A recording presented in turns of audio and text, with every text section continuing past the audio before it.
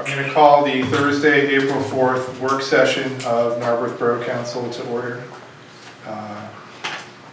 All of you pledge allegiance.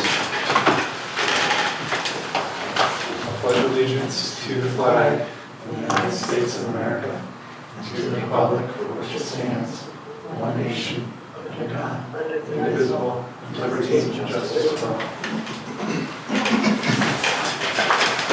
Majority, call the roll. Sure. President Bush. Here. Vice President Richards. Here. Member Winston. Absent. Member Burok. Here. Member Spear. Here. Member Galdini. Here. Member Salmonson. Here.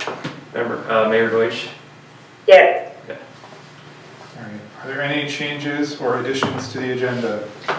Just that if I could request that maybe we do committee reports, flip-flop the discussion items with committee reports, since the Shade Tree Commission chair is planning to be here around 7:30. And I also note that a public comment is currently at the end of the agenda. Is that intentional that we moved it to the end? Since this is a work session, the idea is that it's informational, and then have an opportunity for residents, participants to listen to the information and then be able to comment on anything that was discussed. All right, so the proposal is that we move the committee reports to be item 8, move them to be item 8, and the current item 8 and item 9 to be bumped down to 9 and 10. So, would someone like to make a motion to committee reports? Zoom on. Do you see? I'll make that motion. Okay, is there a second? Second. All right, any discussion? All right, we're voting to move the committee reports to be item 8 on the agenda. All those in favor? Okay. Any other changes or additions to the agenda? I have no comments this week. Mayor, do you have comments? Just, it's my semi-annual reminder that we're having a little bit of an uptick of people going through unlocked cars at night. So please, please, please lock your car when you park at night, and take your keys with you. You may think you have found the perfect hiding space. I guarantee you, you have not. Take your keys with you, lock your cars, and just let's be smart about things. That's it. All right, thank you, Mayor Deutsch. We have no presentation items, so let's move on to the committee reports. So for the record, Ira just joined the meeting at 7:05. Okay, Yeah. well, that's good because Infrastructure Committee is the first report. So, Ira, we moved the committee reports up. Are you able to give an Infrastructure Committee report, or you need a moment?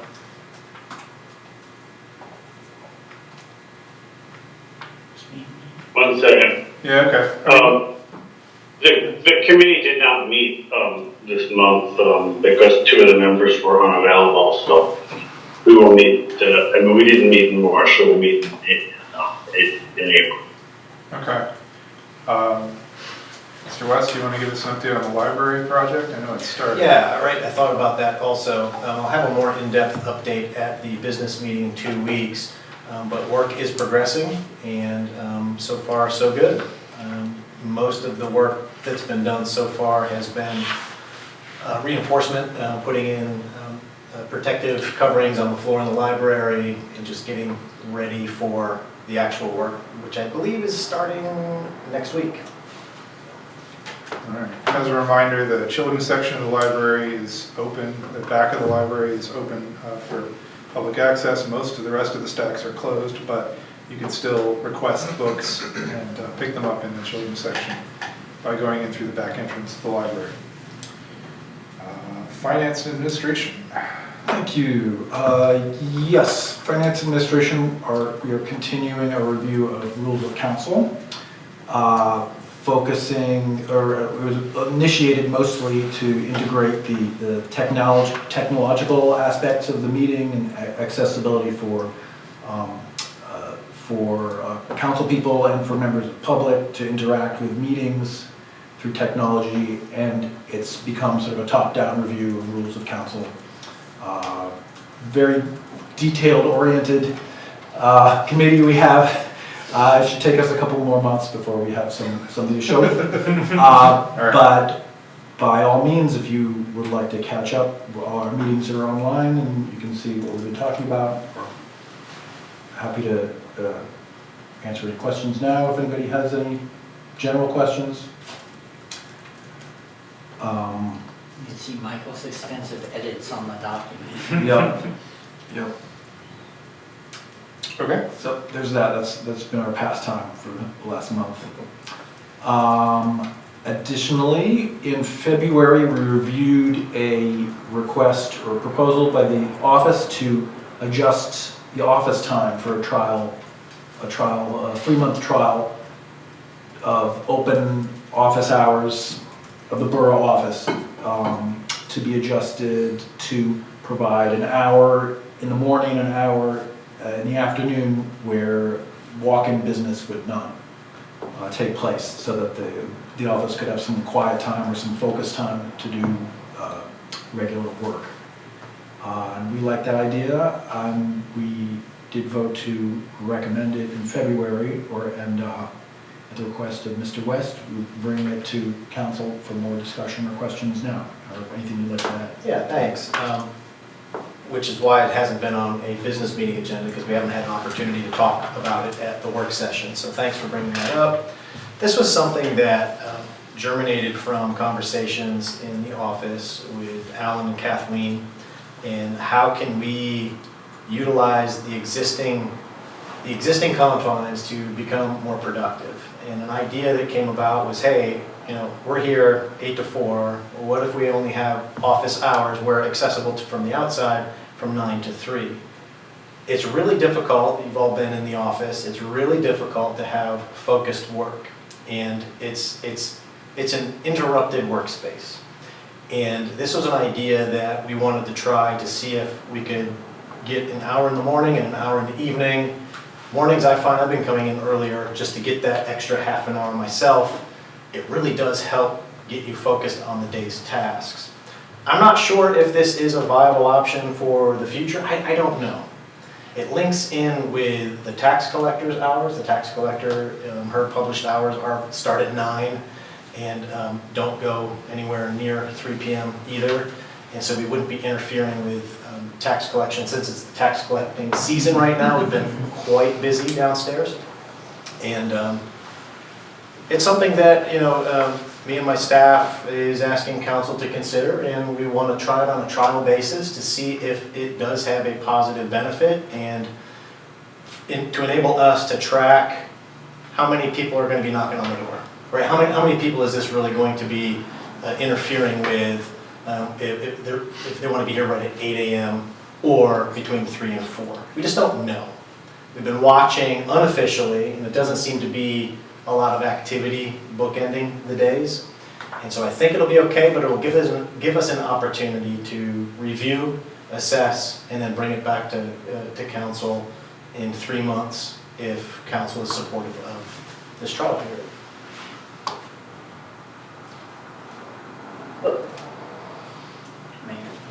Andrea?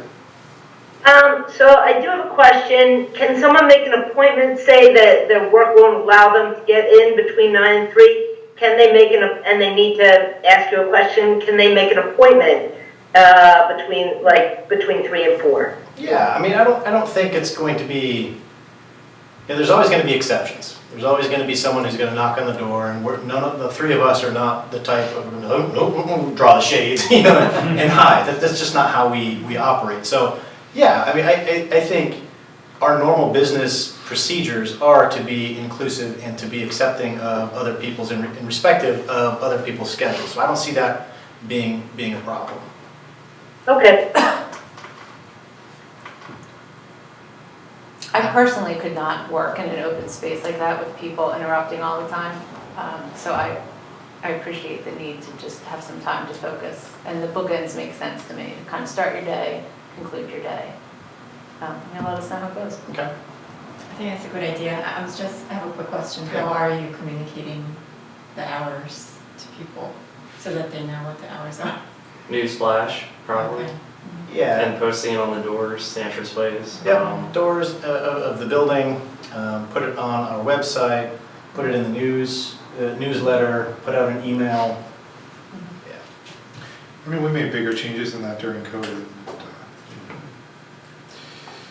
I mean, I think people were more tolerant during COVID of changes, but, you know, it's still.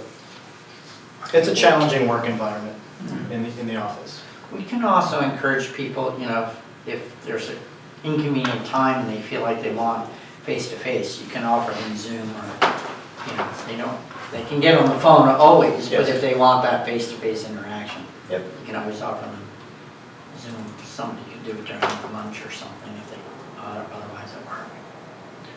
I'm not hearing objections, so. All right, so I'll bring that forward to council in 2 weeks. It'll be on the business meeting agenda. Okay, it'll be a 3-month trial. Yeah, Okay. thank you. All right. Public health and safety? Yes, so. Oh, sorry, did that? Oh, yeah, comments on that's it. section? All right, sorry, go ahead.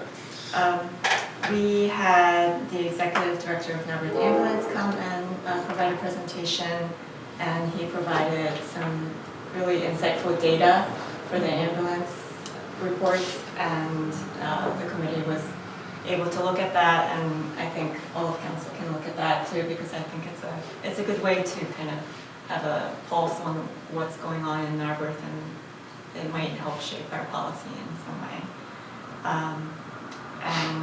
And then we were thinking that, or Matt was thinking that we could bring him back on an annual basis to give an update each year, which I think is a good idea.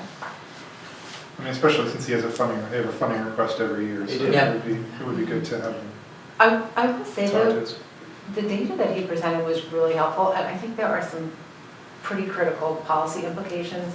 For example, he gave data, fall data on folks. So, you know, when we think about our comprehensive plan and a commitment to aging in place,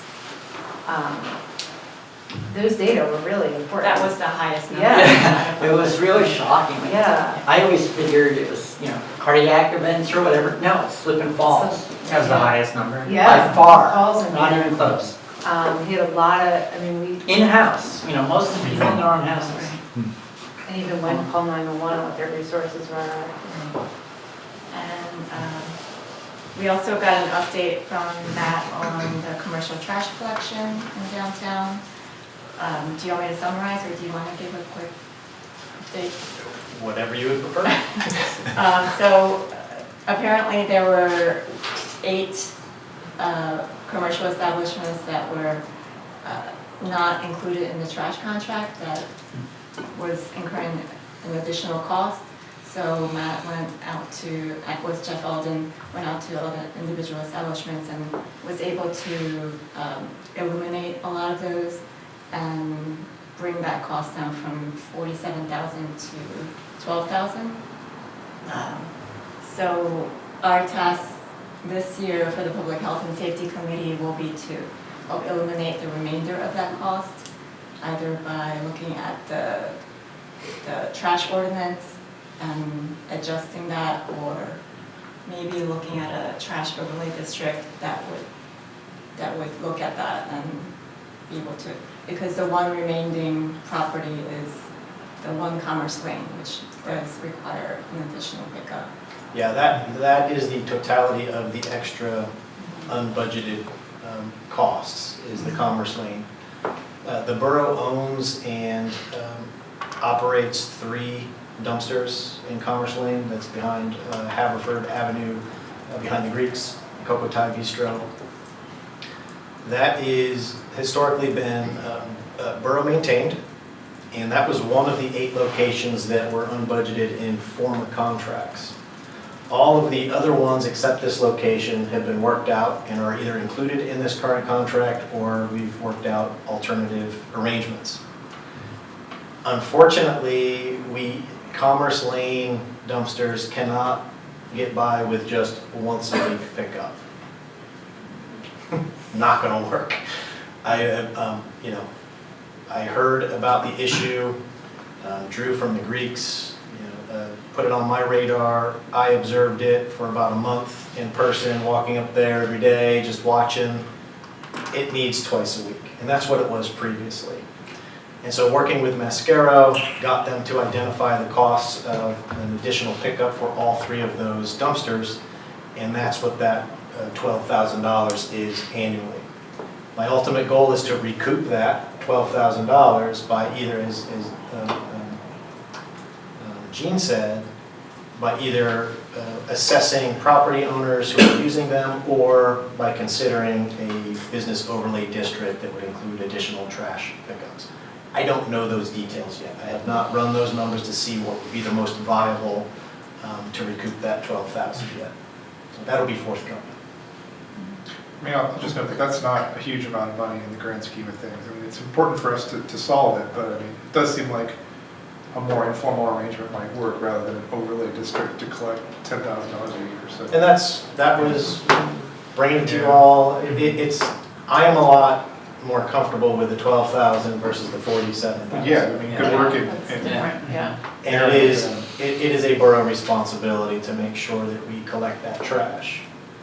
Interestingly enough, the other problem spot in the borough had historically been the south side of Haverford also, which is right behind 230 Haverford. If you remember the conditional use hearing and the conditions that were approved, it requires that they maintain single once a week. The borough's only paying for once a week. Anything in excess, the property owner has to incur those costs. Well, thank you for doing all of that work and bringing down the costs for the borough. Well, given that we had such a significant increase in the cost of solid waste, I'm interested in reducing those costs as much as I can. And we also talked about the single-use product regulation ordinance. That ordinance was passed last fall. The implementation is going to be in September of 2024, this year. And so we were talking about a communication plan to get that message out to, and just as a background, it amends the existing single-use product regulation to add onto that to ban on recycled paper bags and styrofoam takeout containers, and to add a minimum fee for recycled paper bags, compliant paper bags, and for plastic utensils and things like that. We probably ought to have like an info sheet for an Arbor Earth Day or something, and then we can stick up somewhere on an Arbor Earth Day telling people what's coming down, because they'll be receptive to that message, I think. Gene's actually drafted a nice flyer for it. Yeah. Yeah, and that can be distributed to all the businesses in the borough, Fantastic. and that'll make it easier for them to communicate that. And we use signs when we start the plastic ordinance. We have those, what do you call them? The little A-frame? Fuji Johns that we used for the plastic and the masks. Oh, the easel signs, yeah. Yeah. Mhm. I wonder if we can. That's a good idea. Repurpose those. Yeah. I've also seen those all over Lower Merion. Reuse. I mean, if we still have them, but. How do those fees get administered? Just The commercial establishment charges the fee. so they charge it to whoever is. Mhm, right.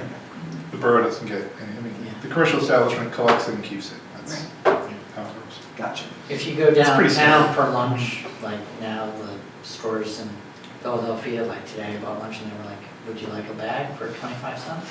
No? Okay. Pour the soup in my hand. Yeah. I mean, they give you the other part, but if you want a bag, like, it's weird because some places are charging 10 cents, some are charging 25. Yeah, it's a minimum fee, it's not. Yeah. Yeah. So you can charge more to try to discourage, like, I guess? Wow, okay. I mean, in theory, it should be your Whatever you cost, want, so whatever. Yeah. But So there's a minimum fee for both paper bags, compliant paper bags, and also reusable bags. So I imagine if you were giving out a reusable bag, then that would Charge cost a more. lot more. Yeah. So, and then we also talked about traffic safety concerns at Dudley and Price intersection. The borough has been collecting traffic data there. There was a petition that was brought to the borough from borough residents and traffic safety reports through the MIGA portal from a lot of residents who live near that intersection. And Chief String recommended a traffic study for that location. And this was following a pretty bad crash there where a car flipped over at the intersection. This was back in February. And so a lot of residents were concerned. We also had a public comment from a resident who lives right on that corner and was able to provide 2 weeks of data of just watching what was happening there and a lot of near miss incidents there. And then we're also So looking, we're studying it now, that's the status? We're in the process of we will be. more? We will be, okay. It would probably need action by council to authorize the traffic engineer to perform a traffic study. That would Okay. That's what my manager sense is telling me. I don't know. I need to coordinate with Chief String about what he means by traffic study. If he means a full-blown traffic study, which means traffic engineer. If so, it might show up on the next meeting agenda. All right. We did vote for the IMA traffic study, I think at the business meeting. Yeah. This was before your time, but That's it my, was formal. Well, but I mean, if we're just gonna install the sign or something in track.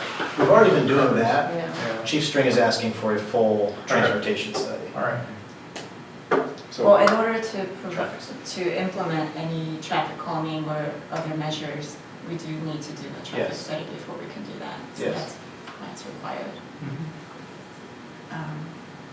And then there's also a parking space that was going to be removed on Narberth Avenue, on the Narberth Avenue Bridge approach in front of the florist there, and that's going to be converted into a loading zone. And then On the Lower Marion side?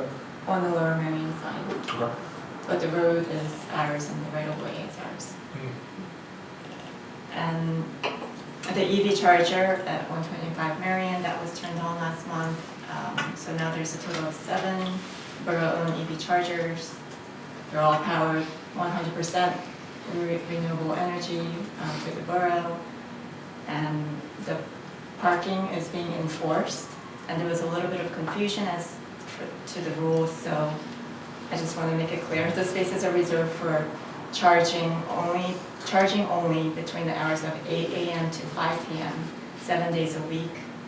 And that notice also went out through the borough newsletter, and it's on the website as well. So police are enforcing and ticketing there. There is a 1-hour grace period to vacate the space after you're done charging.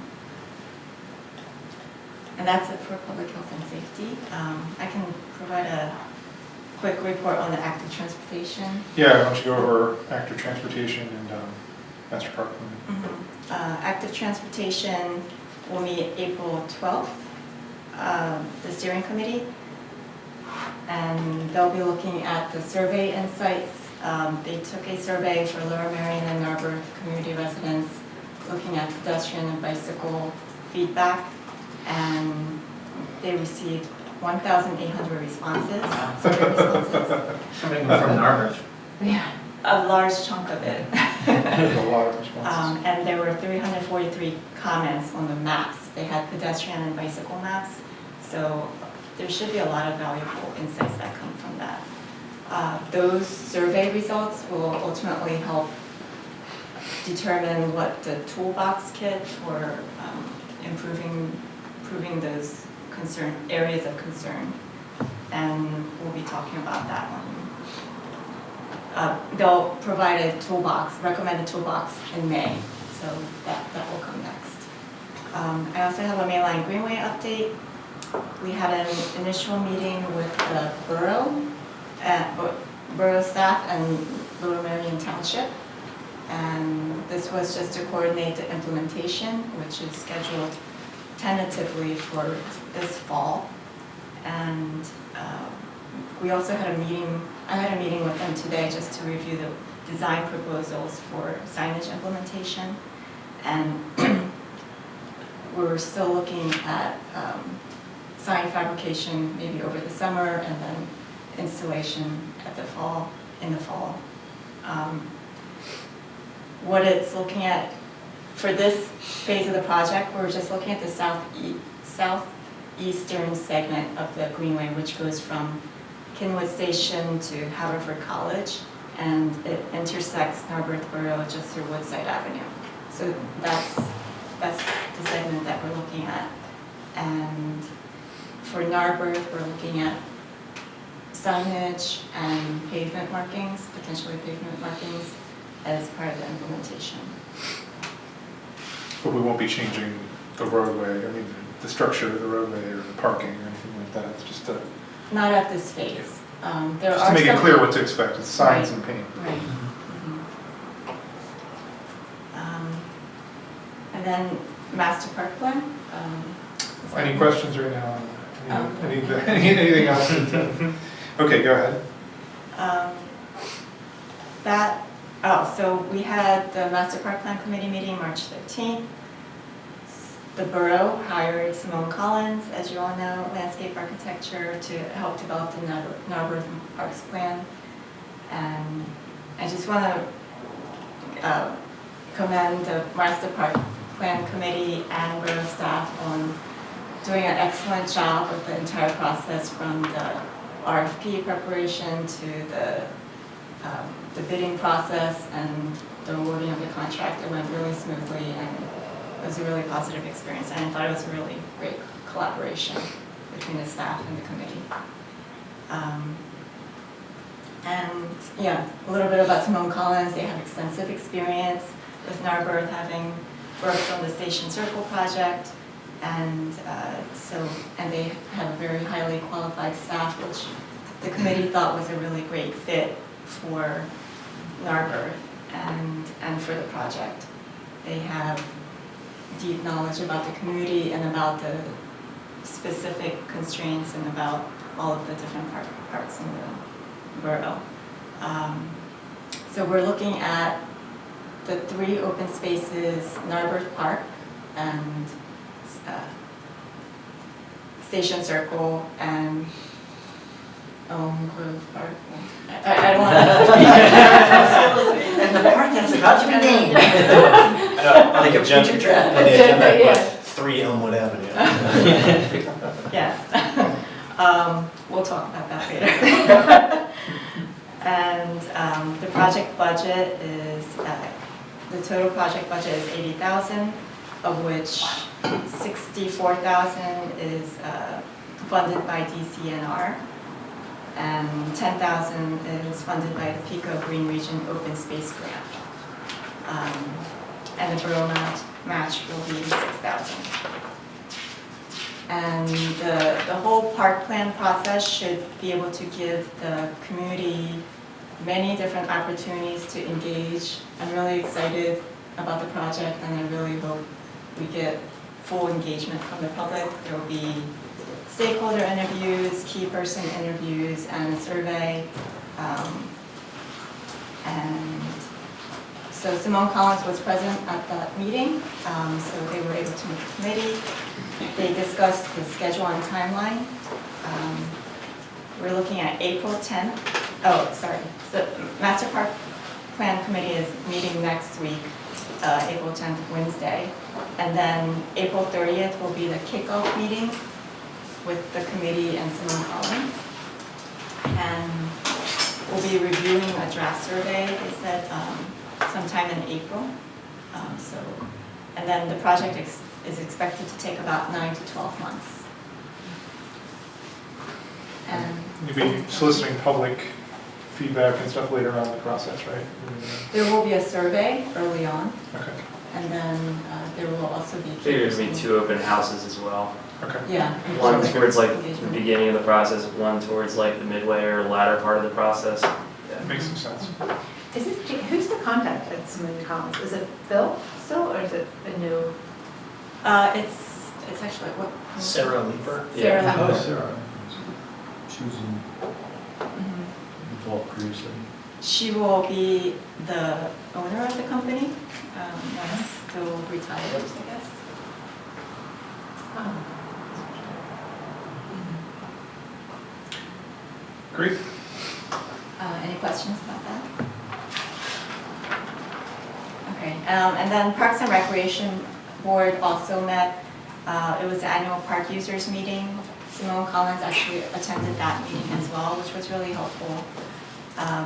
And all of the annual regular users of the park attended,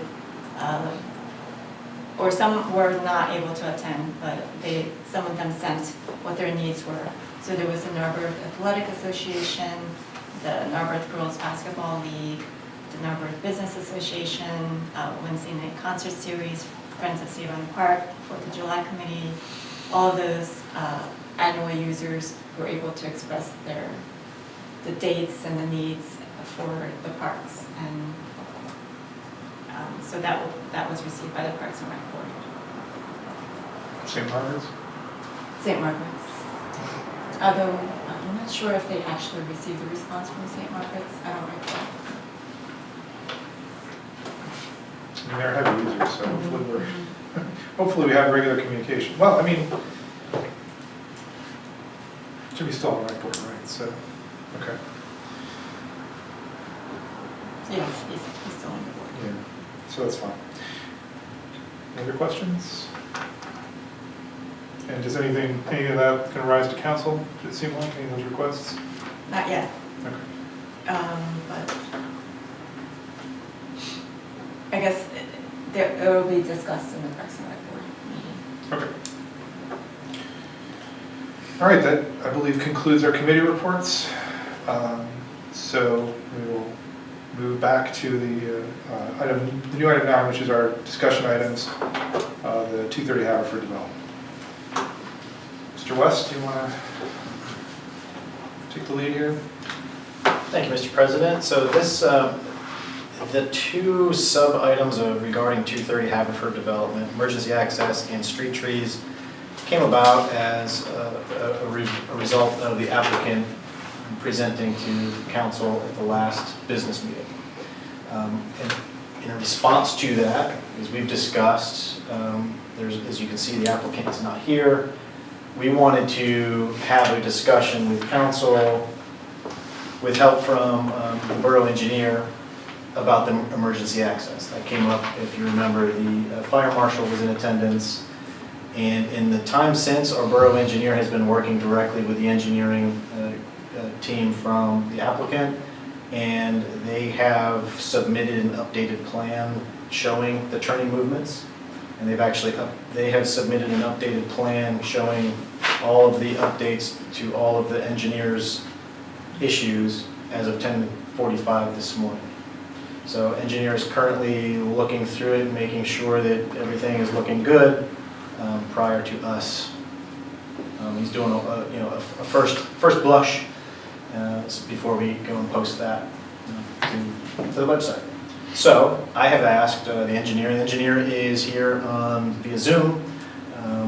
Open it up to council if you have any further concerns. I don't know if Eric would want to step through what we identified, you just give us an update, which was what was identified at the last meeting, and how the applicant has addressed that. Yeah, that sounds good. Thank you. Eric. Everybody hear me? Yeah. Yep. All right. Yeah, so as had been discussed at the last meeting, there was the concerns regarding, I would break access into the rear into two groups. It would be the more day-to-day access, like your trash collection, and it's the emergency access, of which up until that point the applicant had not really presented any information or turning templates to show how vehicles would access the rear of the property. Earlier this week, the applicant did provide some turning templates to both myself and the fire marshal for the trash truck and for emergency vehicles. The diagrams were showing vehicles entering the site, both using that Haverford Avenue driveway. Upon review, the fire marshal just took issue with and did not find the turning templates off of the Haverford Avenue driveway to be realistic. It's just too tight for them to operate the vehicles through there. So to that end, that was communicated to the applicant with the indication that the appropriate direction for the fire trucks to access the site is from Station Circle, both in the current configuration, well, really in the current configuration, because we know in the future if we modify the circle, then we can account for that at this time. That update was just submitted to the township or to the borough this morning. I don't believe the fire marshal really has reviewed that in any more detail. So coming from the Station Circle, it probably is viable to get the fire truck through, but we will need some confirmation on that. With regard to trash delivery vehicles, it is tighter, but we had gone through some direction that the area, the landscape area next to that drive, what was proposed to be landscape area next to the driveway, is likely or is going to have to be some form of a grass paver system where that larger vehicle could make that turn into the driveway. And also cutting down, trimming off a little bit of that. If you're pulling in, there's a first landscaped island to your right in the parking lot, trimming back that island.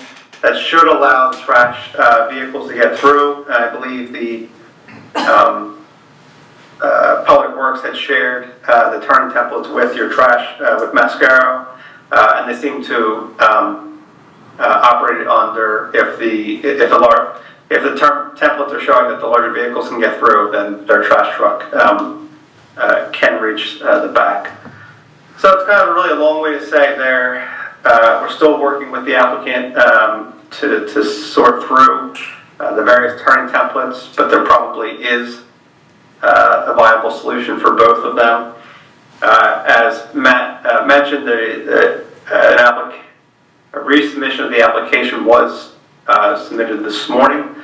However, I can tell you, as I was just flipping through it, there are several response comments that state will be provided under separate cover. So I'm not sure that I have all the information to address all the review comments at this point, but I've only really spent about 15 minutes sorting through all that at this point. If you have any questions. So there had been some discussion about whether the fire truck access on Station Circle would involve removing a parking space. Does the plan do that, or is it a? So the plan they've submitted as of today, it is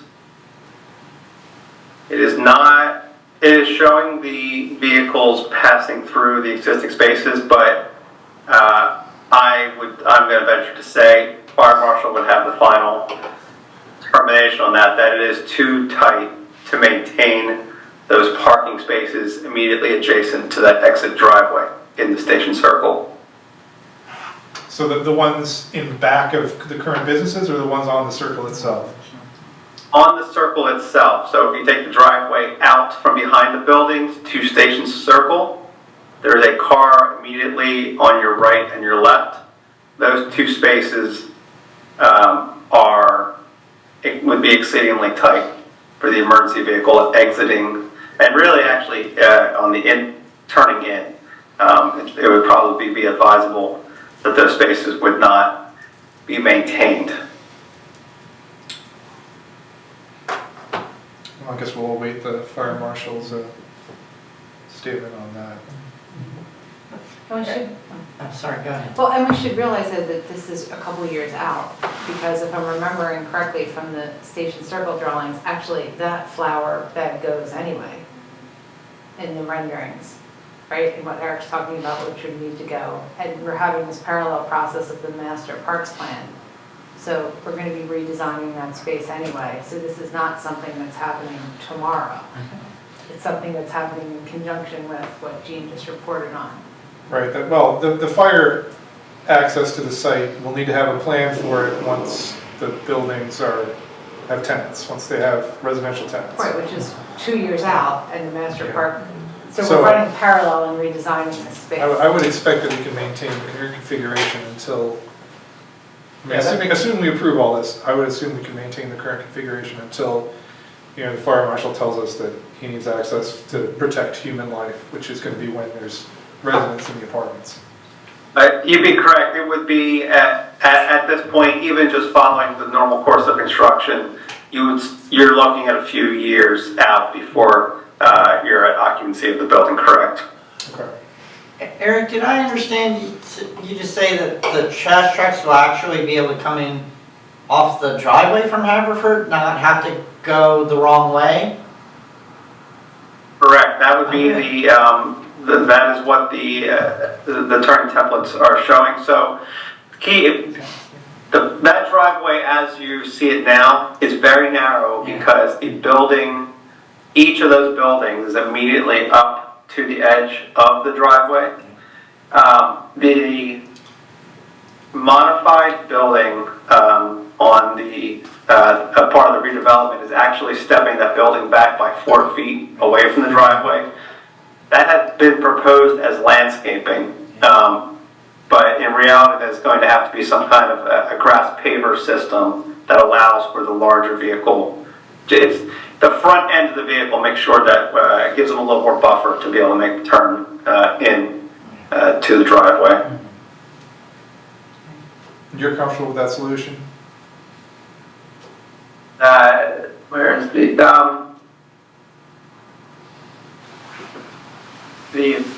it's, I need to, they've just resubmitted the turning diagram, but that, they're showing that it does fit into the driveway.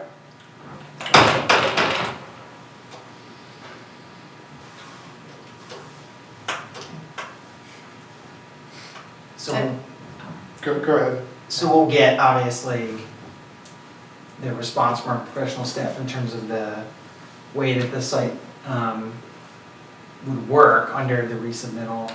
I guess I have just like a global question as well, which is, and this is just, I guess with, in terms of the vehicles that we use for emergency response, are those, does the Borough acquire and replace those over time? Like, what is our relationship to those assets? So the borough owns all of the fire equipment. And Okay. so The fire department owns it, right? I mean, technically? we own it. Okay. And if we have the fire equipment fund as part of our capital equipment fund, and they operate it, the borough, it is a borough asset. So yeah, periodically, if you remember from the last budget, the borough contributes a significant amount of money annually into that equipment fund, as does the fire company. They match it. And then it's up to the fire company to define when that vehicle is up for replacement. I'm not going to even venture a guess. I don't know if there's a set time. I don't know if it's based upon engine hours. I don't know if it's, I don't know. I know the one that we replaced last time was really old. Like The lifespan's at least From- 20 years. from the 80s. You know? So yes, and I remember when we got I was here when we got the newest engine, it was a smaller size, just because it was more right-sized for the township, the borough's needs. Right, because one of the comments that was made at the last meeting that I think struck me was that it sounded like the current assets are also not sized to serve Commerce Lane and other parts of the borough. And so those assets might not have a lifetime that's up in the near future, but in terms of like long, obviously short term, we're gonna have to design the site in a way that provides access.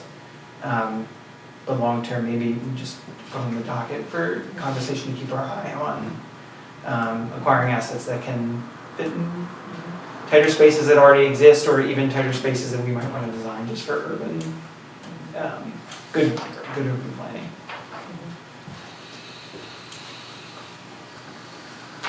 Yeah, that's a great point, because I actually asked, is there any apartment that you could fit a ladder truck? And she said, actually, no, even the Elm. But, Which would seem to be a, yeah. you know, I mean, to your point though, or Commerce, that if as technology changes, we should be keeping our eye on right sizing. Right, and I think that that's something, it's not unique to us by any stretch of the imagination. Like, my understanding is that many different municipalities, really large and small, are dealing with similar types of issues. There was a, obviously, like, it's very familiar to us, the way that, like, a lot of places developed post-World War II, but I think, like, in the grand scheme of things, that's more of like an outlier. And I think that a lot of municipalities are coming around to the idea that, like, having super wide spaces that vehicles can barrel down is maybe not the best in terms of urban design. And adapting their assets to meet those needs is something that, not just us, but a lot of municipalities, I think, are starting to deal with. It is concerning that there's apartments and buildings existing in Narberth Borough already that we can't access well with emergency vehicles. That highlighted a broader item. When they were talking about it at the meeting, I was like, oh, why didn't we think of it, or somebody think of that back when they were buying glass trucks? Yeah.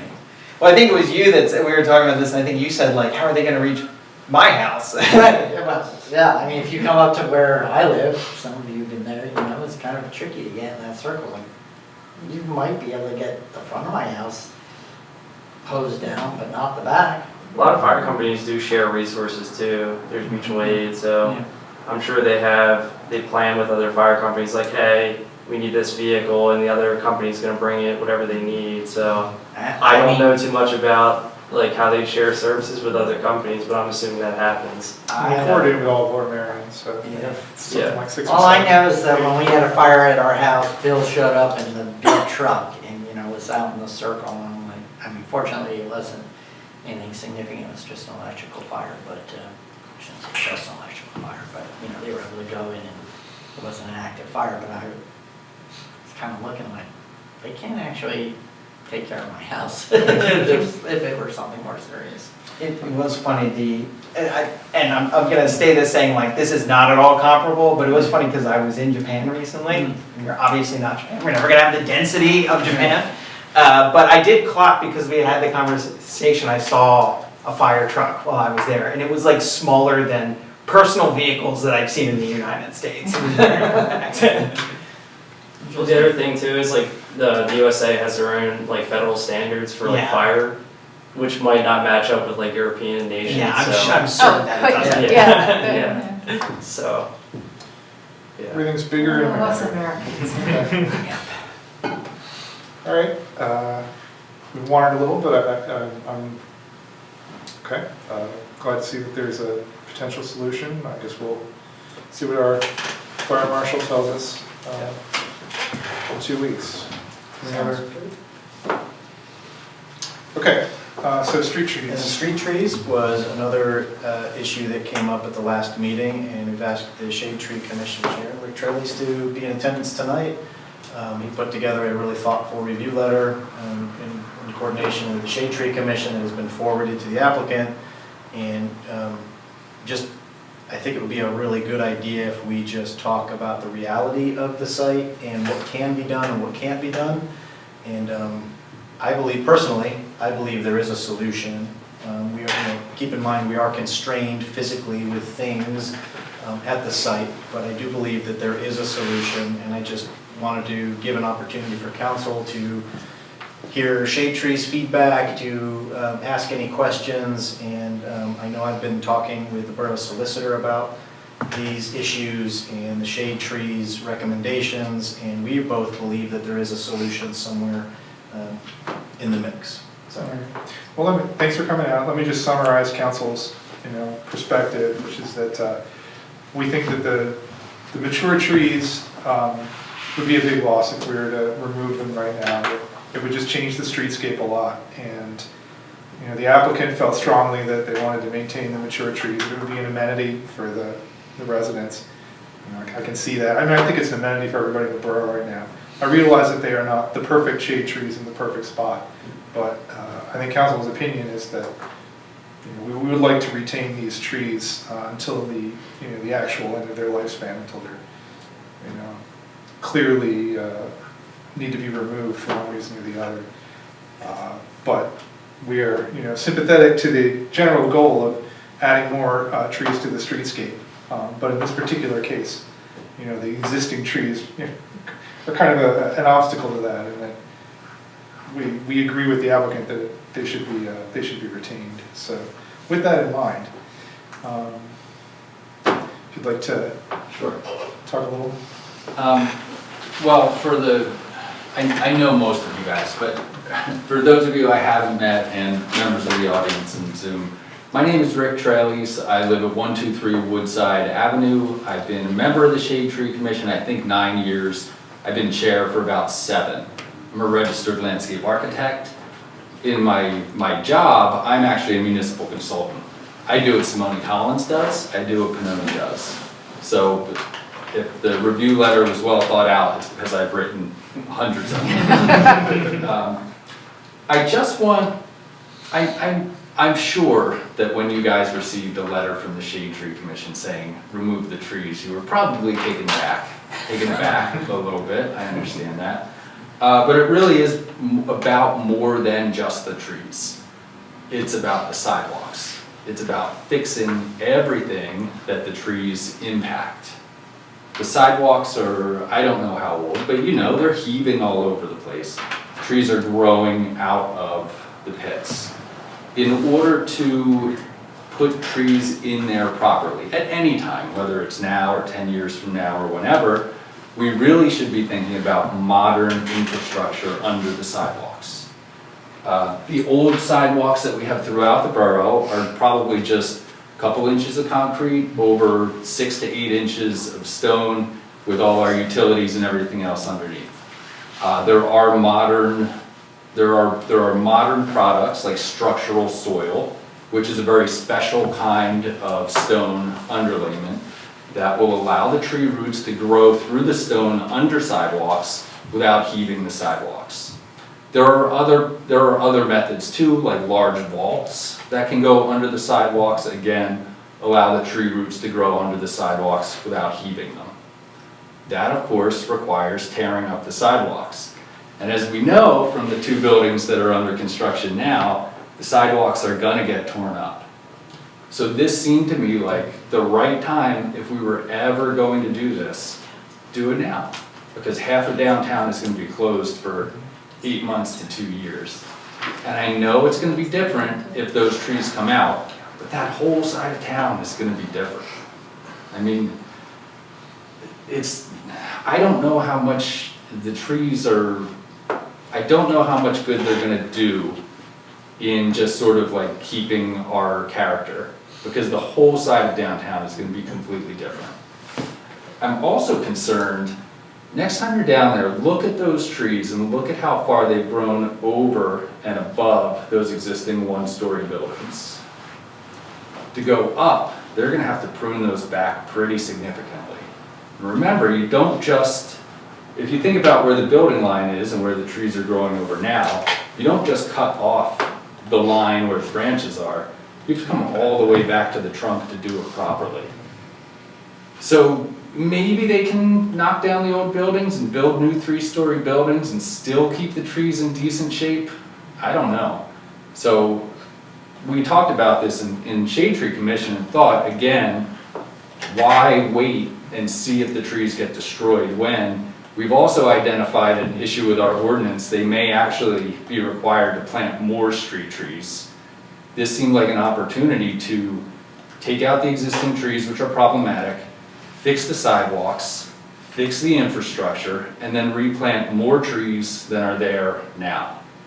So it's not just about the fact that the trees that are there are problematic, but just fix everything while everything is torn up. I understand we may not be able to get the developer to do that. I know Pennsylvania puts limits on what you can ask the developer to do per the Uniform Construction Code. We may not be able to require them to do vaults and structural soil.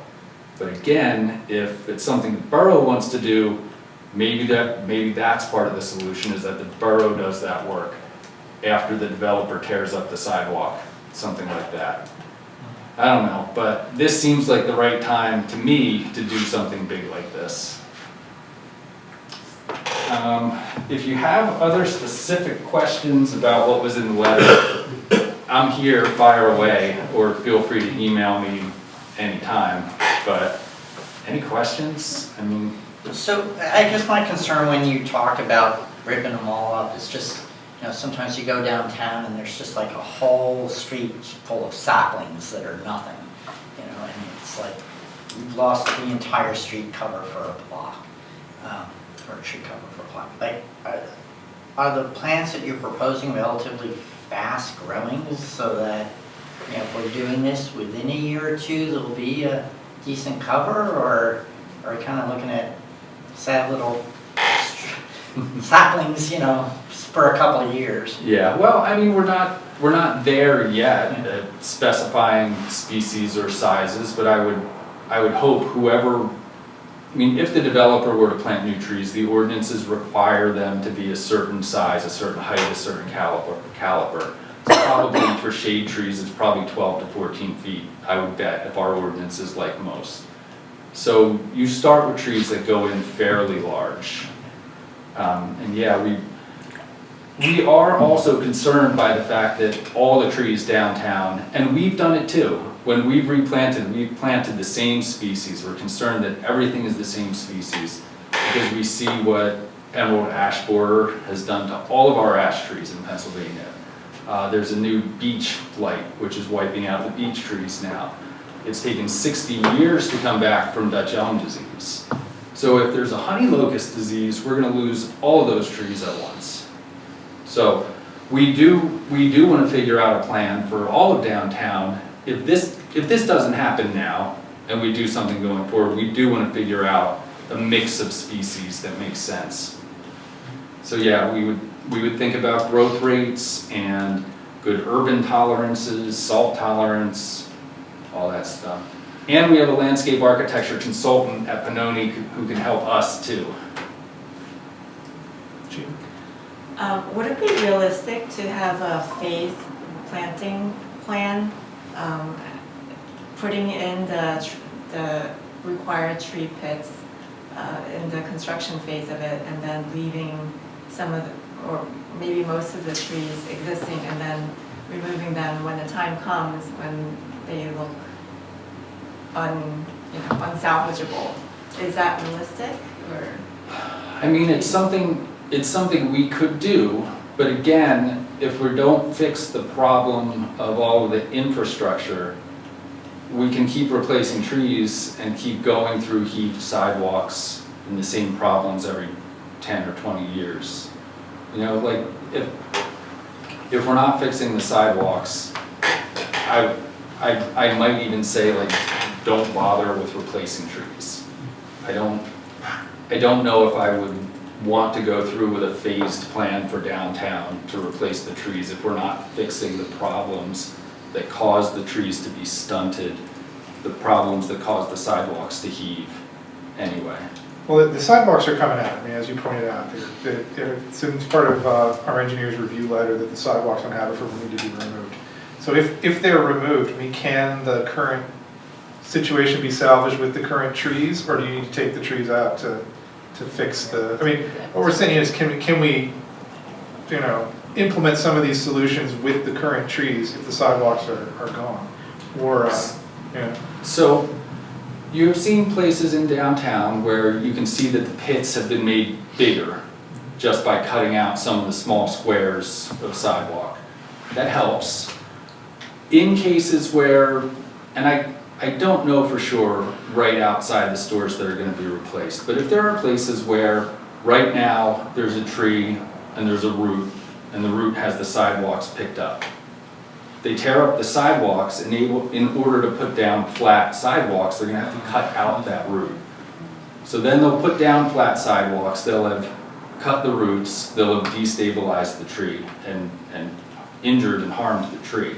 So just taking out the sidewalks and then replacing them, you're still going to be in a position where new roots still are going to grow under them and heave them.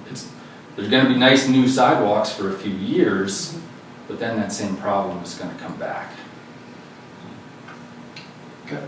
So I have talked to a number of you about possibilities, about different possibilities to implement some of the solutions in the letter.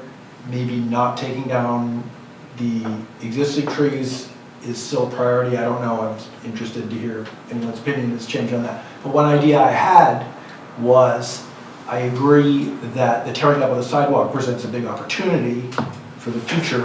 What about just creating the pits now and create them at the optimal spacing of 30 every 30 feet, essentially hold the place for future trees, whether those trees are planted this year or next year or in 10 years, we'd know where they're gonna go. There'd be maybe, I don't know, a box in the ground that's covered for that long, and it seems to me like that's the heaviest lift here, is the creation of the space for the trees once the sidewalks are torn up. And then if we were able to have something like that, we'd be sort of free and clear to plant at our leisure. We could keep the existing 4 or 5 trees standing for however long people want, until they die, or until we get bored of them or whatever. And we'd have these 6, 7, or 8 tree pits ready to plant, in coordination with a new tree planting program for the future. Does that sound like it's on the right track? Well, I'm thinking about, and without plans in front of me, or without being able to totally visualize, just thinking about what's there now. There's 5 trees there now, and as Matt mentioned, there's other stuff. If there's space to add a couple fresh pits, sure, it would be a positive. Get a couple more. I think if you're gonna dig them, I wouldn't even just hold them, just plant them now. I think Eric, our engineer, identified two of the locations kind of right in between existing trees that maybe could have a pit. There's other spaces that are currently taken up by electric or utility underneath, but you identified 2 potential spaces in between existing trees that might be closer than you would ideally want, but Trees can touch each other, it's okay. I do want to make one more point here while you're giving me the floor. Thanks again for calling me in. We're talking about redoing Station Circle. That's also going to remake downtown. This again is a big opportunity to think about how does that drive the rest of our streetscape. This is a good time to be thinking about whatever happens in Station Circle should be matching the rest of the streetscape. Our downtown should be made to start to actually have some consistency, to really have a better sense of place. And so one way you do that is make sure you match materials throughout. We don't need 6 different kinds of benches all through downtown. I love the bike racks at Station Circle. They could be installed a little differently. They could be installed in a way that's consistent with other bike racks throughout downtown. Think about everything that's going to go into all this new stuff, the new buildings, the new Station Circle, and just think about how it all should go together, how it all should make Narberth together. Make sure it all matches. Here, here. Thanks, Jim. I had a quick question as well, not to step on the kind of like wonderful coda that you just put on that. But so you had also spoken about like some of the things that might be like a next step up beyond what our requirements are. Like you mentioned, I think the structural soil in the vaults, and potentially as an opportunity to explore if there's a way to partner on some things that are beyond what we do. Since you're a consultant, do you have like a sense of scale on like what the cost of those sorts of next level things might be? I don't, but I'll bet your engineer probably could figure it out quickly. So Matt, do you want to talk a little about your idea? Which one? Well, one of the ideas that was proposed was, okay, if the applicant wants to keep the existing trees, this is suboptimal for the borough for the reasons that you've laid out. However, we tell the applicant they can keep the current trees. However, when that tree comes down, they have to modernize the pit. They have to do, what you said, and, smooth it out and give space for the tree and make sure it's not gonna raise the sidewalk. So create a more modern pit. And when that tree comes down, replace it with a more modern pit. That might be a compromise solution to make this a condition of the plan approval. So it's required for the applicant, when that tree reaches the end of its lifespan, whatever reason, they then have to institute the improvements that you have in mind at their expense, since they're asking to keep this tree. And the recommendation from our experts is that the trees are at the end of their lifespan. Yeah, and thanks, Fred, for explaining things so eloquently this evening. I didn't realize the whole structural soil thing. I was like, oh, I thought that was confined to the pits, right? Me going, oh, okay, that's in the pits. Here it's the pits. It's the whole sidewalk. So I think there's an opportunity for us to do a couple of different things. If they're ripping out the sidewalks, there's an opportunity to install that structural soil. I think we can talk to the applicant to see if that's possible. And then, as Fred said, then say, okay, get the applicant to agree that, look, keep the trees, but when they reach their useful life, when you take them down, you will install this tree in a bigger pit with these dimensions. As a compromise. Yeah, we can also show them the diagram that Eric came up with and see if we can fit in a couple extra trees in the current layout. Give that to you. I don't know if you've seen that as well. All right, we'll pass that along to you and see if that seems viable to you as well. There may be some precedent. I know the Shade Tree Commission recommended the developers at the Forest Department use structural soil. They came into one of our meetings and we asked for it and they nodded. I don't know if they actually installed it. Yeah, the 114 Forest development, they did install a pretty nice, it was a special soil and a decent amount of space for the trees to grow into. So yes, that actually did go in. So I remember the contractor coming to a realization of, oh, I need some special soil to put it in around the tree when they were installing them. Great. Okay. So we can model that. Thank you for being here, Rick. And you make great sense. I appreciate how you kind of walked us through that in layman terms, and especially how you acknowledge the emotional reaction. So seriously, of saying, oh, taking down all of these trees, you're the expert and I trust you, but I do really appreciate you acknowledging that how difficult that change would be and the attachment we have of trees here in Narberth. So troubleshooting and coming up with a compromise and doing what makes sense to me is investing in infrastructure. And I have to think the applicant is not going to want to continue to have to redo the sidewalk. That's a tripping hazard outside of their businesses. So investing in the infrastructure to prevent that makes sense. Rick, just from a practical standpoint, can you take care of that soil and flatten it on a piecemeal basis, or does it kind of have to be continuous so that where we have the existing trees, that's actually problematic and somewhat defeating the purpose of the netting? I'm going to let the engineer chime in on that one too. If you're, Rick! I mean, in an urban situation like ours, where we've got storefronts with hard lines, I suspect you could do it like segment by segment. But again, it's Eric, right? Yeah. Yeah. If you have any thoughts about that.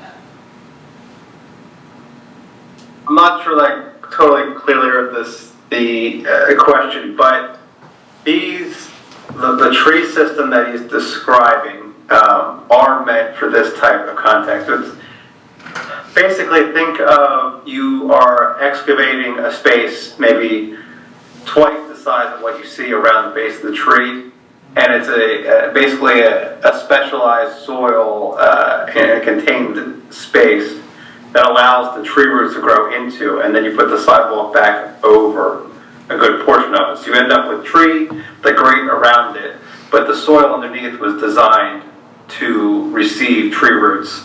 And often I think there ends up being like a root guard on the outside perimeter of it. But the installation really comes down to over excavating a larger area, then building up your sub base and then putting back your sidewalk and top layers. As far as the spacing, it's where the spacing of the trees that are currently out there. It took a little while. I've sorted through the code on this. The trees out there are more or less spaced at 40 feet apart, which is what, for a long time, your landscaping ordinance required street trees at 40 feet. With the exception, there's a larger gap in the middle, which is 60 feet, because there's a bigger electrical vault underground there. The current ordinance, which is in your zoning, requires the street trees every 30 feet. So that's where we're coming up with the requirement for more trees than are currently there. To put the spacing, to maintain the existing trees and add additional, as Fred was pointing out, there might be, I think one pretty strongly could fill in, and maybe another space where you could get an additional tree in.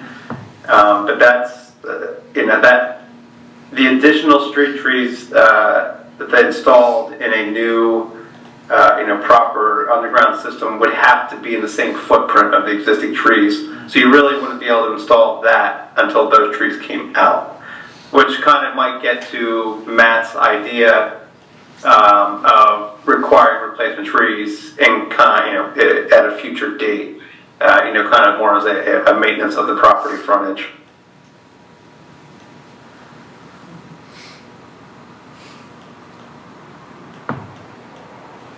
Okay, so you're saying that to put in those trees with a modern system, the other trees would have to be taken out, essentially. The trees, adjoining trees would have to be taken out, because the modern system would be extensive and would... Just the spacing along the road, there's not enough room really in between the trees, so you can't really do both at the same time, because they'd be on top of each other. All right. And Rick, this is what you're talking about, a modern tree. Okay. Yeah, and like I said, there are different brands, different minor differences, and then there are completely different systems too that don't use like a soil, but use more of a vault, which just literally has airspace.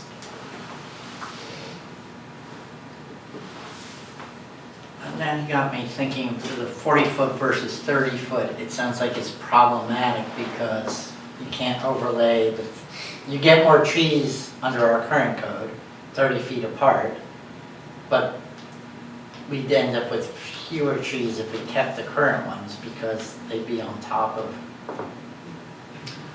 they wouldn't be spaced the same way. We would, if we wanted to add more, the opportunity would be when these current trees were out. That's what I'm hearing, is that we can't... But not necessarily in the same space is what I'm saying. Can we ask them to, when these trees come down, to install new trees at a new spacing? That's what I'm Yeah, saying, is yeah. I think it has to be. I think that's where we're be in going. a new spacing, right? So that you could get more trees 30 feet apart. Remember, we are constrained physically with all of the other Yeah. things Yes. out there Yeah. too. Yeah, Parking meters, street lamps, Yeah. utilities. Yeah. I mean, so the condition might be like, when one of these trees reaches the end of its natural lifespan, applicant shall consult with Shade Tree Commission and the borough on a replacement tree, replacement trees which will bring them closer to compliance. To the, as many trees as can be planted in the, I don't know how to phrase it, but with the idea that we will, if possible, replace it with 2 trees. because there Using is, modern pits. I'm sorry, Eric, what did you say? It's outside of McShay's, there's that big utility groundwork. Did you say it was 6 feet? I mean, it's a significant portion of that sidewalk. That section in the middle, which currently does not have any trees, Right. which is, it measures about 60 feet between the trees. There's if you look in the sidewalk, you'll see Yeah. a big metal lid with a Yeah. E. Yeah, That's actually just the manhole of a larger underground vault. Underground, like there's a big electrical duct bank in there. so we're not gonna be able to do Yeah. every 30 feet There. as Right, a. right. But I think a condition requiring, Mhm. you know, further work to bring it closer to being in compliance down the Yeah. line might be the answer. And that works as a covenant, right? So that a future owner would be. Yeah, we didn't make it a condition. Are the utilities all staying in the kind of same vicinity as they are now? I assume if the trees were proposed to stay the same, that there weren't gonna be like utilities conflicting with those, but I guess Aaron. Yeah, I think they're gonna run the utilities down the existing, Yes. That was down the my existing understanding. infrastructure. Okay. So with 30 feet spacing, it looks like it's 7 trees on Haverford Avenue. And there's supposed to be a total of 11 trees total planted. Well, they have a hardship. I mean, Yeah. Keep in mind that the street tree requirement on the ordinance is both the Haverford and Narberth Avenue frontages. The Narberth Avenue triggers, I believe it's 3 trees. However, there's really not much it's very limited up there because you have the road, the sidewalk, and the retaining wall all right there. So that's triggering more trees they need to put in than may even be feasible. So could we say, okay, so you should by code put 3 trees on North Narberth Ave, but we'd like them put in Station Circle? There is provisions in the code that allows for trees planted elsewhere, yes. Would we be, if they're gonna be put in Station Circle, would we be able to hold that requirement in reserve until, Gift card. yeah, until time of Station Circle? Non-expired. So that we're not putting them in and. Right, Yeah, so, yeah, that's no, a John- clear Yeah, that, clear that. I just wanted to make that clear for them. Yeah. Within reason. Yeah. You know, they don't want to go 5 years, 10 years, like, you know, you're gonna want it in the near future. But that's okay, because we have a parallel plan. Okay. I mean, I think they clearly have, I don't think, yeah, I agree that the space where there's electrical equipment and the North Narberth space are not really, do not seem suitable for street trees, so we'll need to come up with an alternative. So what's the number of remaining trees that need to be put somewhere else? I believe it would be 6, right? Because the 2 streets add up to 11 and they have 5 existing, would leave 6 more. So we could say we wanted to put 7 in on, we want the eventual Narberth streetscape to have 7 or something, and then ask for the rest to be fee in lieu or something. I mean, they're asking for credit for the existing trees on the islands, like in the parking islands, which seems a little thin. Those aren't very useful to the community, I don't think. Well, So I'm once we not get the inclined to give plaza them. and the back space. If they wanted to put them in the Yeah. plaza, I think they'd have a stronger argument, but I don't, this plaza's pretty narrow, so. I mean, we could tell them if you wanna plant new trees in the plaza, we'll consider that, but I don't think that's gonna There's work. also that backspace up Yeah, by I thought he had Littleton. talked Yeah. about. Yeah, there's a lot of moving trees, stuff that's up got a there. bunch of That's- trees, and that's we pretty could good. ask them to add some more trees there, but I would I don't rather, think there's gonna be a lot of people using that space. I think there are more active public spaces, I think but it's if on you- their I property. think if so- fee in lieu is easier, because Yeah. then it's like we're getting that up front and we know, versus like if we let it linger, then it's like, oh yeah, years down the road, we have to remember, oh yeah, they said they They would always plant trees trees. here. It's like just take it up front and then put it towards our plantings. Yeah. So we're not gonna ask, so you're saying don't ask them to put the trees in Haverford then? Don't give us It- money. yeah, To plant trees. Give us money to put it, I mean, Yeah, If we can't identify any alternative locations, then it would become a fee in lieu of. And it Yeah. might be a combination of, hey, we can find locations for 2 trees, yeah. everything else fee in lieu of. And it's not like we have to find places for trees or we have to take fee in lieu of. It can be a combination of both. But to Rick's point, and kind of making it homogeneous and match, I think I'm more comfortable with saying, get the fee in lieu of, earmark it for the future when we have the plans for Station Circle, rather than just kind of piecemealing too, unless, Rick, you're saying the shade tree has identified 2 places that desperately need trees now? No, honestly, the gist of our first comment was that you deny any waiver requests which would reduce the required quantity of trees to be provided, was half because we also didn't know all these answers. We just wanted to say to you, like, don't give away any tree requirements, whether they plant trees somewhere else, whether they find place on site, whether we're set up for a fee in lieu, I don't know, but get something. All right. I think we've got some negotiating points, and we'll see. I don't hear, I hear council members who are not particularly interested in the waiver for the trees on the islands, or the currently existing trees on the site. I think we're more interested in actual shade trees that the public is going to encounter. And I think council also wants to maintain the current trees as much as possible, despite the advice, going over the advice of our planning or of our shade tree commission. But I'm sorry, but with the condition that when the tree dies, you are putting in the recommendation of the shade tree. You're putting in the correct pin. We're gonna need a plan though, from bringing that number of 5 existing trees to 7 eventual trees. Like there's gonna need to be a plan about where those 2 are gonna go, how they're gonna fit, when the present tree is gone.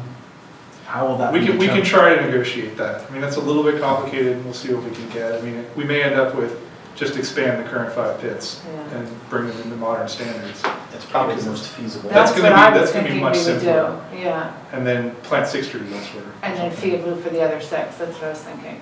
I mean, we'll see what discussion with the applicant yields. Okay, thank you. I think the Shade Tree Commission would support that outcome, All right. that the pits get modernized at some point. Okay. I think. Yeah, that was Matt's Matt's recommendation. So okay. So I believe that do we have anything more for 230 Howard for tonight? Matt? I think Jeff has a comment, his hand's raised. Jeff.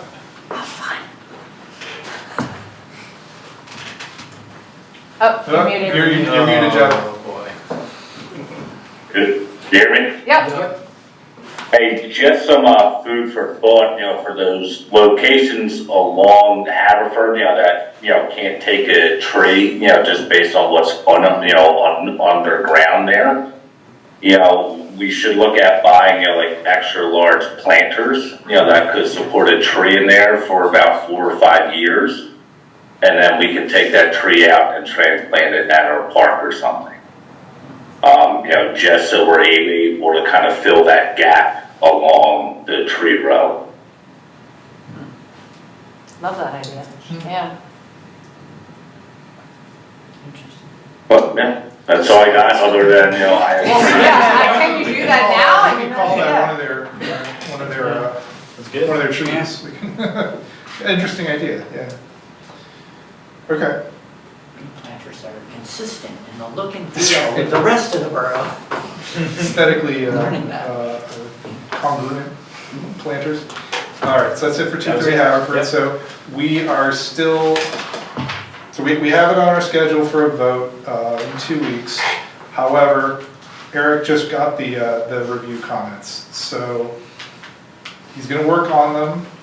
However, if he tells us that he's not satisfied with the state of them, or that there's still a lot of questions in mind, this vote may have to be delayed. That's gonna, Eric's gonna tell us whether this is ready for a vote on in 2 weeks or not. Right. Yes. Basically, I think all of our other comments on this and on the other, I think that's the main thing that could delay the vote is Eric's review. Well, that's part of his review. Yeah, It's that's the stormwater. part. Oh, So- I thought you were talking about the specific review. No, Yeah, not yeah, just no. not just shade trees. I mean, Yeah. if it's just shade trees, No, and emergency. we would have this vote, but even the emergency vehicle, it sounds like it's in a place to have a vote. It's all of his other concerns, Yeah. including the stormwater, Okay. that need to be satisfied. So he'll let us know, and right now it's on the agenda, but there is a possibility that it will have to be delayed until until the back and forth is. Until your professional staff are satisfied that Mhm. it's. Exactly. So- Yeah. So anybody watching at home or anybody here on council, right now, we plan, the vote is on our agenda in 2 weeks, but that may change down the line. Fred, if I may? Sure. So, I understand that, some of the delays with the other two projects are caused by, revisions to the stormwater, plans for those two sites, is that correct? Yeah, that's right. The original stormwater plan for one of the projects did not work in the field, so it needed to be redone. I mean, I'm sure Eric can tell us more about that, but. Are you talking about 100 one and of the forest and 203. 203? Yeah. Oh, okay, all right, yep. Sorry, did you have more that are? Well, so let me just, I'll finish the point, then someone can comment. So, I guess the issue is, those weren't predictable in advance, because it wasn't until the site got opened up that we knew that the plan wasn't gonna work. Correct? Then we have the 203 Haverford, they had a requirement to do infiltration testing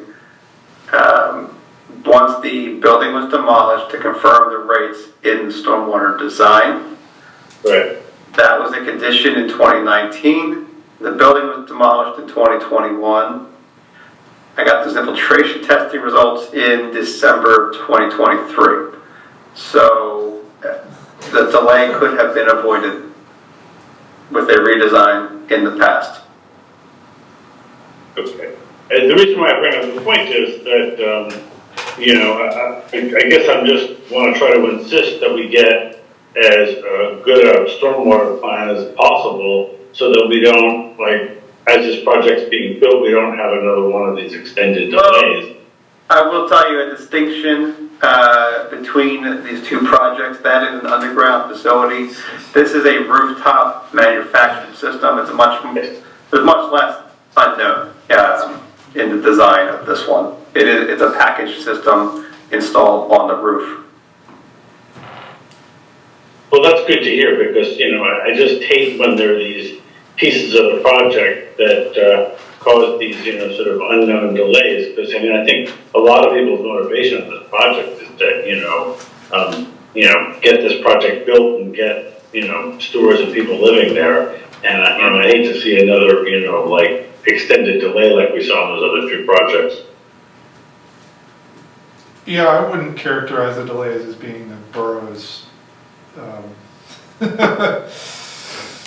on the borough's end for those two projects. Oh, no, I didn't say it was on the borough's end. I'm just trying to do things to make sure that his plans are as solid as possible, so that we don't, you know, run into these problems down the road. But it sounds like there was a couple of factors there. One is the testing couldn't be done in advance, and second was that it wasn't done quickly enough.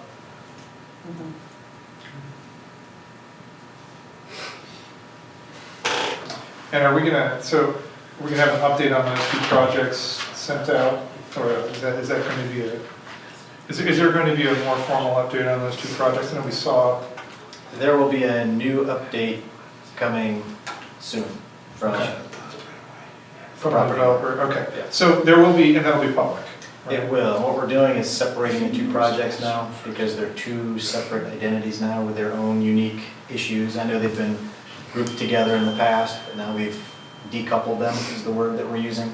Yeah. So you'll see an update for 100 Forest specific, and then a specific update for 203 Haverford. Right. I mean, we acknowledge, everybody knows that these projects are massively delayed and are running into very, it's. Including the developer. Yeah, including the developer. So we've asked, you know, we on the borough's end, we've been providing more oversight of these projects. We have reinstituted weekly status meetings as of last week. We've also asked the developer for more information, so as a result, we'll be getting a public update on the progress of these projects, because, I mean, I think everybody's fed up with these projects. And this is not the same construction company that will be doing 230 Haverford. Yeah, it's been confirmed multiple times. It's going to be somebody else actually managing 230 Haverford if that project is approved. Indeed, but again, my point is that I want to try to avoid, it's great that we have a different builder, but I want to make sure we have the controls in place, to avoid, because it's bad enough that these relatively small projects were delayed, but imagine if this one suffers those delays. Yeah. It's a good point. Thank you. Do you know whether there'll be like a full resubmission of the plan, like new drawings of 203 that's available? 203 or 230? 230, I'm sorry, 230. New, meaning they've integrated the responses to. Right, and The engineer. that reflect That's what was responses. submitted today. Okay. Yes. Will we get a chance to see that? Yes. Or, okay. Once I have Eric say, yep, they're good for showtime, they'll be made available. Do you know if they intend to like, address any of the planning commission letter suggestions? I'm not sure. Okay. It just came in today. Okay. I feel like that's something we should at least click through because the planning commission letter was long and comprehensive, covered a number of topics. Yeah, I mean, some of them were kind of A serious. fair number came from the other review letters, and then there were some other comments coming just from the planning commission. So, I mean, I feel certain that this is going to address everything in the engineering letter that the planning commission also flagged. Okay, But in terms yeah. of like a council schedule for just like a review and going through every last line, when would that take place? Would that take place at the meeting in 2 weeks before a vote, or? What do you Okay, flesh out what you have? How would we digest a new set of plans that addresses points from the engineering letter and planning commission letter? So Eric's Just gonna- what is addressed, what's left unaddressed, what we think is important to, just, there seems like there's a potential for a lot of loose ends at the moment, and we have a vote in 2 weeks, so I'm wondering, when do those loose ends sort of get tied up? I would just, if I could, just say, it's scheduled for 2 weeks. Yeah. It doesn't have to go in 2 weeks. Right. This is where you need to let your professional staff take a look at it, review it. And if Eric gives the green light, and says, yeah, wow, they've checked all of the boxes, that this is ready for showtime. He green lights it, you're ready to go. I don't know that yet today. We just got them today. So the closer, I know in like 2 weeks, Eric hates me. No pressure. How many times have we said Eric gives the green light when Eric's ready? But no pressure. Yeah. 2 weeks is, that it's not fair to Eric to give a really good enough time. I'm going to defer to Eric, and the closer we get to April 18th, the better we will know whether or not it's ready for showtime. Today, I don't know. Tomorrow, maybe a little closer. Like as soon as we get close, hopefully within a week, I'll know more. No more certain. But I mean, he's the one that's going to tell us whether they've addressed all his parts. And Thank you, Eric. One other question, which is, because the fact that it's a different contractor for 230 is important. Are there other municipalities that have where they've experienced a lot of issues with one contractor, have a bad contractor flag it for future projects to come in? Hey, here are a list of contractors we've had bad experiences with in the past, or anything along those lines, or the municipalities that do something like that. We don't have a ton of projects, so I don't expect that it's gonna, but just, I wasn't sure if that's something that I've seen. Yeah, that sounds like a lawsuit. Yeah. I don't know, I've seen that in other states, I just wasn't sure if that's a thing in Pennsylvania. There's a distinction there between public and private work. We have such protections like that exist in our public projects. Directing a private developer is different. Not even a direction so much as a. I don't think we would have to accept a low bid from somebody who we'd had a bad experience with in the past, or had a lawsuit with in the past or something. I mean, if it got to the point of a legal complaint, I think we can refuse to accept. Yeah. So that's a public bid. Yeah, that's a public bid, that's management different from company. this general. Keep off like that's a good thing. I've actually been involved in where public contractors have been barred for one reason or another, so. I've done it. Yep. Eric, this probably goes without saying, but I think what Jim is saying is,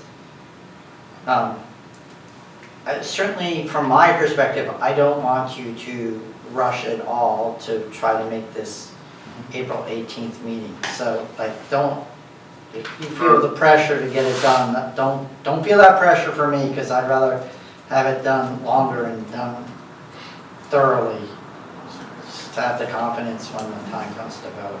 Probably doesn't, I mean, I don't mean to insult you that you would otherwise, but I don't want you to feel the pressure, you know, any more than that's why I always give my accountant an extension on the return, because I know he's doing a million others for April 15th, so it's like, no, you can have all the time you need to. It's not just Eric either, I mean, Yeah. landscape architect Right. also has Yeah. to review the plans, Yeah. fire marshal has to review the Yeah. plans, so. And all honesty, it's more about me feeling rushed. Like, I want to be able to, I think what Jim is saying is like, we want the opportunity to digest whatever reports you create for us and not have that come to us, you know, the day before, because.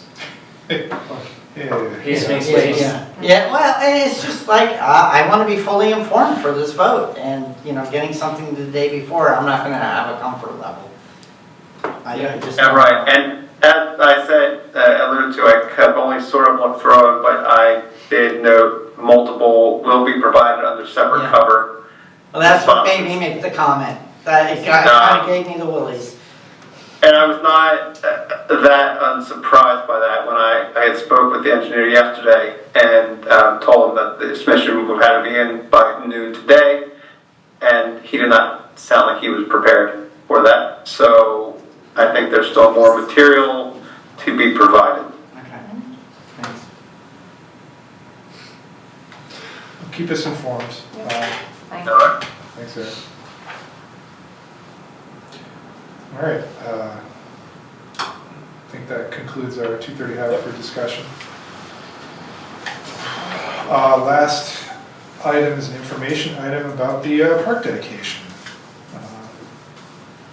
So, you know, the borough acquired a portion of the 3 Elmwood property last year, and, you know, we've cleaned it up a little, but otherwise have not taken any significant action relating to the site. I think part of it is we're waiting for the master park plan recommendations before we move forward on, you know, applying for grants to do work on the park. But park needs a name, and there should be an official ceremony. So with some consultation to the borough, we've decided on Elm Grove Park. So Elmwood Park is taken, as Alan, a Norristown native, pointed out. So, Elmwood Park. Yeah, Elmwood is taken, so it's on Elmwood. Zoo, right? Well, it's in a park. No, it's also Elmwood Park, so you have Elmwood Park, and then the Elmwood Park Zoo is in Elmwood Park, yeah. I was not aware of the actual park, but it I makes grew up sense now. within walking distance of it. Yeah. So anyway, Elm is of course a former name for Narberth, for the southern portion of Narberth in particular. The Grove is also the historical name for a subdivision located a couple blocks south. And there are a few elm trees on the property, I'm sure. The Shade Tree Commission did some plantings there. So we'll be having a ribbon cutting and a park dedication just before Narberth Day at 11 a.m. And we're hoping to bring in hoping to have some of the folks who helped us get Some dignitaries. yeah, dignitaries and people who helped assist in the borough acquiring the parks. We had a lot of help from the Conservancy, the Lower Merion Conservancy, and some support from our local elected officials in getting these grants. So Mary Jo always comes to Narberth Day, so we're hopeful that she can come to this as well. And also included in the ceremonies will be a tree planting. Planning on planting an elm tree. All right, fantastic. And it should go without saying too that Peter Grove was the champion of really coming and playing to council that we acquired that. Yeah, that was part of the decision process as well. Double. And he is on fungi and has been a tireless advocate for. And a consistent voice for the borough Yes. acquiring that property. Fun guy. Oh, I know, yeah, I didn't know what part of it was, yeah. Make it Italian sounding, it's classier. Jean made a great logo though, that makes it. I know. So looking forward to seeing everybody there Yeah. on 11 a.m. on May 4th. 3 Elmwood-ish area. GPS coordinates will be provided the closer we get, once we identify an appropriate location to plant the tree. Okay. Any other questions or comments there? I'm kind of excited. I've been pushing for this for a while. You know, it's something. It's a great thing. That we, in my opinion, it's a very good thing that we did, and you know, we should make everybody aware of it. So we hope we'll be reaching out to local press as well. They like to talk about parks. So okay, let's move on to public comment. So as usual, public comment will be 3 minutes. Please state your name and your address. And we will start with folks in the room. Set up here just in case. Public comment. Here? No. Anybody else? Yeah, go ahead, Todd. I'm Todd Bressy, 300 North Essex Avenue. I thought it was important for me to come to speak to you all personally tonight. One of the most important responsibilities of the chair of an appointed commission, such as the Planning Commission, is to maintain a positive and productive relationship with the council and with the community. I recognize that at Monday's Planning Commission, I failed to do that. I apologize to council for the way I conducted the meeting, especially for letting emotions get out of hand and behaving myself disrespectfully to those present, including council members. I assure you that my tone and the tone of the meeting solely reflected deeply felt concerns about the project and mounting frustrations with the seriously not ready for prime time application, which has led to an unnecessarily complicated and lengthy approval process. I know that we're striving to work together to obtain the best long-term outcome for our community. And going forward, I pledge to support council in its work on this project and advancing its future priorities. I'd like to close by saying I'm highly encouraged by the tone of this meeting tonight, at which I heard very clearly that council members are going to give this application the utmost scrutiny. They are not going to rush the staff, and they're going to let the staff do the job. They're going to listen to experts like the Street Tree Commission and take the advisement very seriously. That is really the main thing anyone could ask of a council, and so that is noted and deeply appreciated. Thank you. Thank you, Mr. President. Is there any further public comments? Is there anyone Is anyone online? online who wishes to make a public? So if you're online and you wish to make a public comment, please raise your hand or otherwise make yourself known. I don't know if you can unmute yourself and just give a few seconds for anybody online. Okay, it doesn't look like it. So I will close public comment at this time, and announcements for the good of council. So do you want to make those, or should I? Sure. The Lower Merion boys basketball team won the division champions. Yes, they're celebrating the 2023 Central League and District Champions, Lower Merion. So they're going to hold a celebratory event from 1 to 3. They're going to walk down, escorted by Officer McCabe, from Essex down to the courts, where they'll have DJs and music and 2 food trucks on Sunday from 1 to 3. Then the Narborough That's this Sunday. This Sunday. April 7th. Yep, 1 to 3. And it's supposed to actually not rain on Sunday. And then we have the return of the Narborough Farmers Market beginning May 2nd. That's Thursdays from 3 to 7 again, folks. And that will be in Station Circle. Yep. And Station Circle will be open to pedestrians at that time. We close down the traffic. Yep, and thank you to Jeff Holden for making that all happen.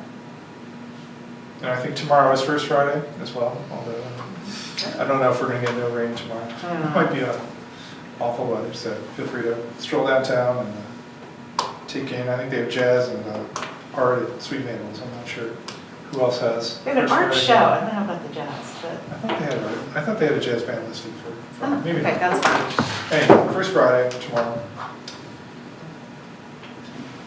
All right, I think that's it for announcements. I'll take a motion to adjourn. I move to adjourn. Is there a second? Discussion? All right, all those in favor of adjourning? All right. I assume we're adjourning. We're adjourning. All right. I was never gonna vote against adjournment. There's that.